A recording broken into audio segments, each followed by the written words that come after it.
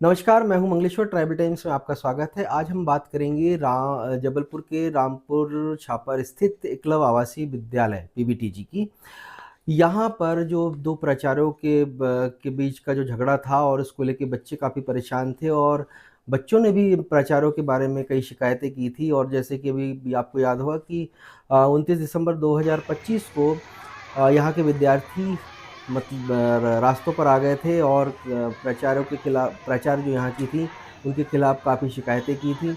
तो उन्हीं सारी चीज़ों की जब जांच हुई, जांच के बाद यहाँ की जो दोनों प्राचार्य हैं, इनको पहले 31 जनवरी 2026 को जबलपुर का जो ट्राइबल डिपार्टमेंट का जो संभागीय कार्यालय है डीसी का, वहाँ पर इनको अटैच कर दिया था। लेकिन अब जो इनकी जांच चल रही थी, इसके बाद जांच के बाद जब निर्णय हुआ और जो जांच में जो सारी चीज़ें आई हैं, उसके बाद यहाँ की जो नेक्स्ट द्वारा पदस्थ प्राचार्य है अविनाश रानी शर्मा, जिनकी शिकायत बच्चों ने की थी कि ये जातिगत तौर पर उनको अपमानित करती हैं, उनके साथ अच्छा व्यवहार नहीं करती हैं, इनको वहाँ से हटा दिया गया है। और हटाकर अब इनका ट्रांसफ़र हरदा का जो एकलव्य आवासीय विद्यालय है वहाँ कर दिया गया है। और इसके साथ ही जो गीता साहू जो प्राचार्य थी, जो अपना राज्य स्तरीय समिति जो होती है जनजाति विभाग की,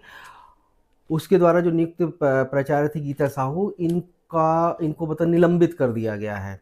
और निलंबित करने के बाद इनका मुख्यालय जो सिवनी का, जो सहायक आयुक्त का जो कार्यालय है सिवनी जिले का, वहाँ पर इनको मतलब वहाँ पर इनको मतलब इनका मुख्यालय निर्धारित किया गया है। तो ये सारी चीज़ें जो घटनाक्रम लगातार दो ढाई महीने से चल रही थी। वैसे तो देखा जाए कि ये 2024 से ही ये सारी चीज़ें सामने आई, इसके पहले भी होता था। लेकिन ये मामले जब जांच होते थे तो जिला स्तर पे ही इसको मतलब जांच कर लिया जाता था और रफा दफा कर दिया जाता रहा। लेकिन इसके बाद जब 2024 में नेक्स्ट का जो राष्ट्रीय आदिवासी छात्र शिक्षा समिति है, इनके द्वारा जो स्टाफ यहाँ पर नियुक्त किया गया, और जब स्टाफ आया तो ये मतलब और भी ज़्यादा मतलब बच्चों के लिए घातक सिद्ध हुआ। क्यों? क्योंकि यहाँ का जो पहले का स्टाफ था, राज्य स्तरीय जो समिति होती है जनजाति कार्यवाह की, इसके द्वारा पदस्थ जो स्टाफ था, उन्होंने वो सीधे कोर्ट चले गए थे। कोर्ट के बाद स्टे ले आए थे। तो अब ये हुआ था कि नेक्स्ट का स्टाफ और मध्य प्रदेश शासन का जो स्टाफ है वो भी यहाँ पे जमे हुए थे। और इसको लेके काफ़ी आपसी खींचातानी मची हुई थी। इसको लेकर बच्चे मतलब जो थे, बच्चों के भविष्य के साथ खिलवाड़ हो रहा था, बच्चे परेशान हो रहे थे। और कहीं न कहीं ये दो प्राचार्यों के बीच का जो झगड़ा मतलब जब उत्पन्न हुआ था और आपसी मतलब वर्चस्व की लड़ाई जो चालू हुई थी, उसको लेके मतलब बच्चे काफ़ी परेशान थे और बच्चों को कहीं न कहीं से टॉर्चर भी किया जा रहा था, ताकि बच्चे मतलब वहाँ से बच्चे को परेशान करने का सिंपल सा एक जो सूत्र बताते हैं कि कारण ये था कि बच्चे अगर परेशान होंगे तो बच्चे मतलब शिकायत करेंगे या फिर आंदोलन करेंगे और उसके बाद कोई ना किसी प्राचार्य को हटना पड़ेगा। लेकिन जब ये मामला 29 दिसंबर 2025 को जब बच्चे बाहर मतलब सड़कों पर आ गए, कलेक्टर से मिलने जा रहे थे, इसके बाद जिला प्रशासन ने मतलब तुरंत ही मतलब कार्रवाई करते हुए जब जांच कराई तो जांच में कई चीज़ें आई हैं। तो इसके बाद फिर यही हुआ कि भाई दोनों प्राचार्यों को हटा दिया जाए और यहाँ की प्राचार्य को हटा दिया गया। जांच में तो कई और लोगों के भी नाम शामिल, लेकिन अभी मुख्यतः जो मेन जो कहा जाए पिलर जो थे विद्यालय के, जो दोनों प्राचार्य थे, इनको हटा दिया गया है। इसके बाद अब जो बाकी के जो लोग थे उनकी भी रिपोर्ट मतलब वहाँ दिल्ली जो नेक्स्ट को कार्यालय है उनको भेज दी गई है। और इसके बाद फिर उन बाकी लोगों पर भी कार्रवाई होने के जल्द ही मतलब आपको परिणाम दिखेंगे। तो मैं आपको बता दूं कि जो अविनाश रानी शर्मा हैं, ये नेक्स्ट द्वारा पदस्थ की गई थी। और यहाँ पर आने के बाद बताया जा रहा है कि उनकी जो हरियाणवी लैंग्वेज थी, पंजाबी लैंग्वेज थी, वो बच्चों को पसंद नहीं आ रही थी। और वो शायद बच्चे मतलब उनकी लैंग्वेज को मतलब पसंद नहीं कर पा रहे थे या फिर समझ नहीं पा रहे थे। और अविनाश रानी जो थी उनको भी मतलब यहाँ पर आई थी तो वो पहले नवोदय विद्यालय में थी। तो नवोदय विद्यालय के हिसाब से वो टीचर थी वहाँ पर। तो उनको ऐसा लगा कि यहाँ पर आके वो नवोदय के हिसाब से मतलब चलाएंगी, लेकिन वो शायद ये भूल गई कि ये ट्राइबल आदिवासी समुदाय के बच्चे हैं। और नवोदय में जो बच्चे आते हैं वो सभी प्रकार के होते हैं और वहाँ से गरीब से लेके बड़े मतलब अच्छे लोगों के भी, सभ्य समाज के लोग घरों के भी बच्चे पढ़ते हैं। लेकिन आदिवासियों का के नाम पर जो विद्यालय, एकलव्य विद्यालय खोले गए, यहाँ पे सिर्फ गरीब तबके के, दूर दराज के बच्चे आते हैं, तो उनसे किस तरीके का बिहेव करना चाहिए, ये शायद अविनाश रानी भूल गई थी।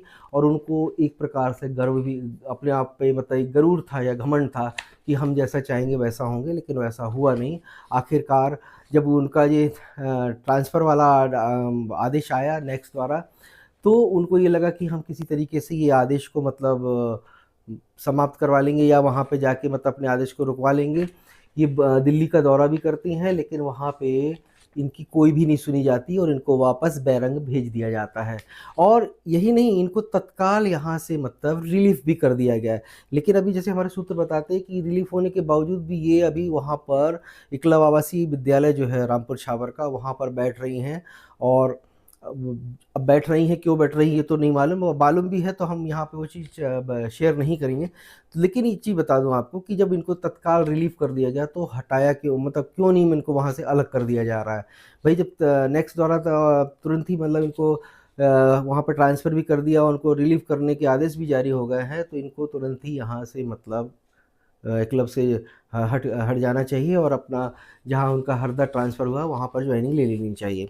और रही अब गीता साहू की बात बता दूँ तो इनका निलंबन है, हम अभी दूसरे पार्ट में बताएँगे आपको कि इनका निलंबन क्यों किया गया। क्योंकि बहुत सी चीज़ें हैं और ये मेरे पास जो पत्र आया है ये करीबन 2 पेज का पत्र है और इसमें बहुत से एलिगेशन लगे हैं गीता साहू पे। हम बार-बार पिछली भी अपनी रिपोर्टों में और शिकायतों में भी बता रहे थे कि यहाँ पर ये इस तरीके का जो काम चल रहा है, जो गीता साहू जो हैं, ये जब से यहाँ पर हुई थी, भ्रष्टाचार को मतलब इतना ज़्यादा मतलब बढ़ा दिया था इन्होंने।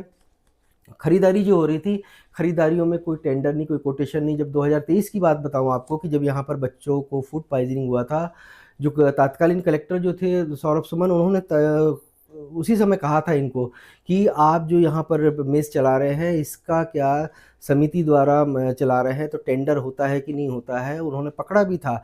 इसके अलावा जो यहाँ का मेस का लाइसेंस होता है फूड डिपार्टमेंट का, उसका भी लाइसेंस नहीं था इनके पास। ये सारी चीज़ें तमाम आई थी, लेकिन इसके बावजूद भी इन्होंने मतलब सारी चीज़ों को नज़रअंदाज कर दिया।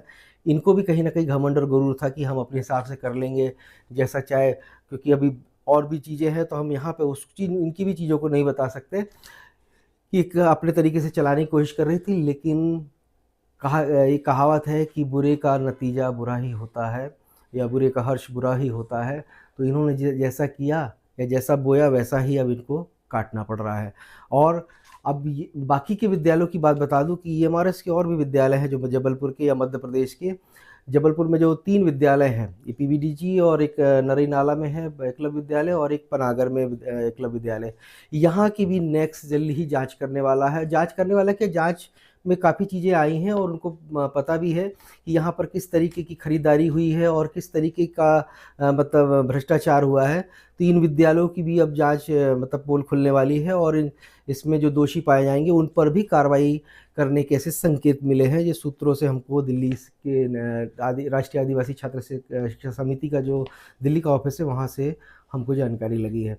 तो ये जो आपको बता दूं कि काफ़ी 1.5-2 महीने से लंबा पटाक्षेप चल रहा था ये गीता साहू और अविनाश रानी शर्मा का, जो दोनों प्राचार्य हैं, इनको लेके जो वहाँ पर स्थितियाँ निर्मित हुई थी उसका अब अंत हो चुका है। और अब अभी जैसा कि इनको जब यहाँ पे अटैच कर दिया गया था जबलपुर के डीसी ऑफिस में, तो बताया जा रहा था कि अभी मतलब वहाँ पे काफ़ी शांति है। शांति होगी भी क्यों नहीं, जब तक ये थी तो खींचातानी कर ही नहीं थी।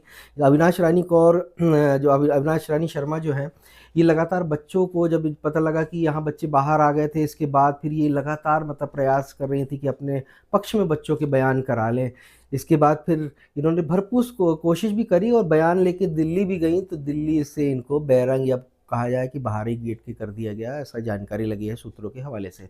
तो मैं आपको बता दूं कि ये मतलब सारी चीज़ें होने के बाद अब विद्यालय में शांति है। और इसके अलावा एक चीज़ और बता दूं कि ये अविनाश रानी शर्मा का जब ट्रांसफ़र हरदा कर दिया गया है, इसके बाद जो है नेक्स्ट ने मतलब जो सुधा सेठी हैं, ये लखनऊ की रहने वाली है, इनको मतलब एकलव्य आवासीय विद्यालय पीवीटीजी रामपुर छापर का प्रिंसिपल नियुक्त किया है।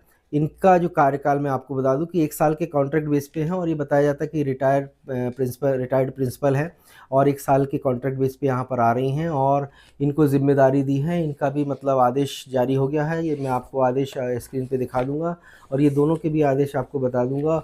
और गीता साहू मैडम जो प्राचार्य थी राज्य स्तरीय समिति जो जनजाति विभाग की, उसके द्वारा नियुक्त जो गीता साहू थी, इनका जो निलंबन हुआ है इसको भी हम बताएंगे कि क्या कारण था, किन वजहों से इनको निलंबित किया गया। तो ये तमाम एकलव्य विद्यालय की खबरें थी और हम लगातार मतलब ऐसी खबरें मतलब अपने मंच के न्यूज़ चैनल के माध्यम से उठाते रहते हैं और हम शासन प्रशासन की एक प्रकार से मदद ही हमारे द्वारा होती है और हम मतलब हमारा काम ही है, मीडिया का काम ही होता है कि वो मतलब कोई भी ऐसी चीज़ें होती है वो शासन प्रशासन के समक्ष लाए या फिर गरीब वंचित वर्गों की जो आवाज़ होती है जो वहाँ तक अधिकारियों तक या जिला शासन प्रशासन तक नहीं पहुँच पाती, तो हम अपने मंच के माध्यम से उन आवाज़ को वहाँ तक भी पहुँचाने का काम करते हैं। और ये सारी चीज़ें होने के बाद मतलब ये तो कायदे से देखा जाए तो ये पहले कब का हो जाना चाहिए था, लेकिन कहावत है देर आए दुरुस्त आए।